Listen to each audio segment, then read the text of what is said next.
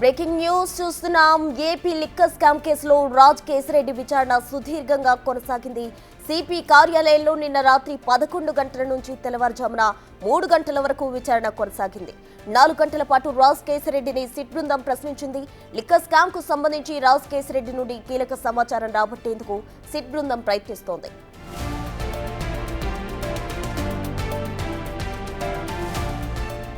మద్యం కుంభకోణంలో కీలక సూత్రధారిగా ఉన్న రాజ్ కేసిరెడ్డిని నిన్న సాయంత్రం హైదరాబాద్ శంషాబాద్ ఎయిర్పోర్ట్ లో పోలీసులు అరెస్ట్ చేశారు. అర్ధరాత్రి హైదరాబాద్ నుంచి విజయవాడ సిట్ కార్యాలయానికి తరలించారు పోలీసులు. విచారణ పూర్తయ్యాక ఇవాళ మ్యాజిస్ట్రేట్ ముందు ప్రవేశపెట్టనున్నారు. దానికి ముందు కేసిరెడ్డికి వైద్య పరీక్షలు చేయించనున్నారు.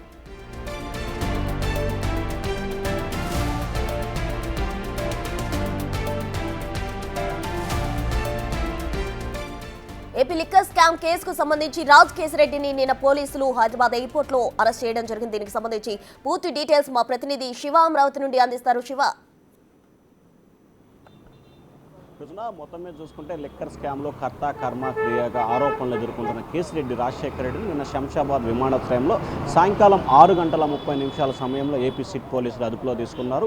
ఆయన ఏదైతే ప్రధానంగా చూసుకుంటే కనుక గోవా నుంచి హైదరాబాద్ వచ్చారు. హైదరాబాద్ నుంచి కనెక్టింగ్ ఫ్లైట్ చెన్నై వెళ్లేందుకు ఆయన హైదరాబాద్ శంషాబాద్ ఎయిర్పోర్ట్లో ల్యాండ్ అయ్యారు. వెంటనే అప్రమత్తమైన సిట్ పోలీసులు కూడా కీలకమైన సమాచారాన్ని సేకరించి ఆయన అక్కడి నుంచి గోవాకి వెళ్ళి ఏదైతే అక్కడి నుంచి చెన్నై వెళ్ళి చెన్నై నుంచి కూడా ఆయన విదేశాలకు పారిపోయేందుకు దాదాపుగా సిద్ధం చేసుకున్న పరిస్థితి కనిపించింది. అయితే సిట్ పోలీసులు దీన్ని మాత్రం పూర్తి స్థాయిలో భగ్నం చేసిన పరిస్థితి కనిపించింది.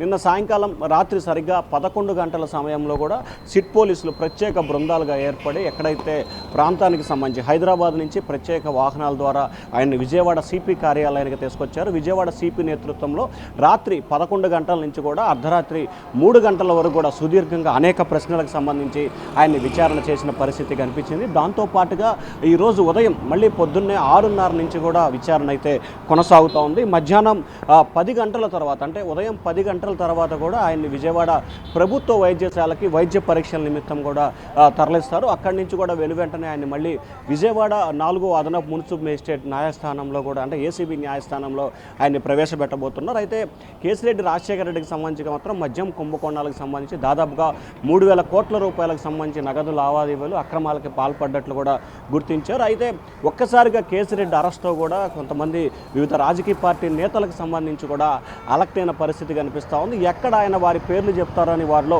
ఒక ఆందోళన, ఒక అలజడి అయితే కొనసాగిన పరిస్థితి కనిపిస్తూ ఉంది. ప్రధానంగా చూసుకుంటే కేసిరెడ్డి రాజశేఖర రెడ్డి వ్యవహారం ఇప్పుడు ఆంధ్రప్రదేశ్తో పాటు తెలుగు రాష్ట్రాల్లో సంచలనంగా మారిపోయింది. సో ఈ నేపథ్యంలో కేసిరెడ్డి ఈరోజు ఎటువంటి సమాచారం ఇస్తారు, ఎటువంటి వివరాలు చెప్తారు, ఎవరి పేర్లు చెప్తారని చెప్పి కూడా ఆందోళన, ఉత్కంఠలో అయితే మాత్రం ప్రస్తుతం కొనసాగుతున్న పరిస్థితి కనిపిస్తూ ఉంది. అయితే వాస్తవానికి చెప్పాలంటే నిన్నటి మొన్నటి వరకు కూడా ఆయన కేసిరెడ్డి రాజశేఖర రెడ్డికి సంబంధించి వైఎస్ఆర్సీపీ నేతగా కూడా ముద్రపడ్డారు. కానీ రాత్రి 10 గంటల సమయంలో విజయవాడ సిపి వద్దకి సిపి కార్యాలయానికి పోలీసులు తీసుకొస్తే ఇప్పటి వరకు కూడా ఒక్కరంటే ఒక్కరు వైఎస్ఆర్సీపీ నాయకుడు కానీ నేత కానీ ఇక్కడికి వచ్చిన పరిస్థితి కూడా కనిపించట్లేదు. చూడాలి మరి వైఎస్ఆర్సీపీ నేతలు ఎవరు కూడా ఆయనకు సంఘీభావం తెలిపే పరిస్థితులు అయితే కనిపించట్లేదు. ఎందుకంటే ఒకవేళ ఆయన గనక సంఘీభావం తెలిపినట్లయితే కనుక ఖచ్చితంగా మద్యం కుంభకోణానికి సంబంధించి వైఎస్ఆర్సీపీ నేతల కీలకమైన నేతలతో పాటు పెద్దలపై కూడా ఈ ప్రభావం పడే అవకాశం ఉందని చెప్పి ఆ పార్టీ నేతలు భావిస్తున్నారు. సో దీనిలో భాగంగానే ఈ కేసిరెడ్డి వ్యవహారానికి సంబంధించి పూర్తి స్థాయిలో దూరంగా ఉండాలని చెప్పి కూడా వైఎస్ఆర్సీపీ నిర్ణయం తీసుకున్నట్టు తెలుస్తోంది.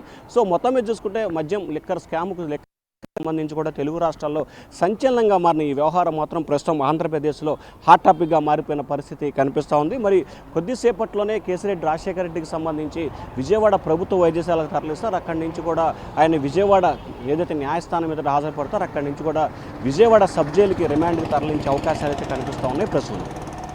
Thank you. మొత్తంగా ఏపీ లిక్కర్ స్కామ్ కు సంబంధించి కేసిరెడ్డి యొక్క విచారణ కొనసాగుతూ ఉంది. అయితే ఈ రోజు మ్యాజిస్ట్రేట్ ముందు కూడా హాజరుపరిచే అవకాశం కనిపిస్తుంది. ఈ విషయంలో ఎంత సమాచారం పోలీసులు రాబడతాదా అనేది వేచి చూడాలి.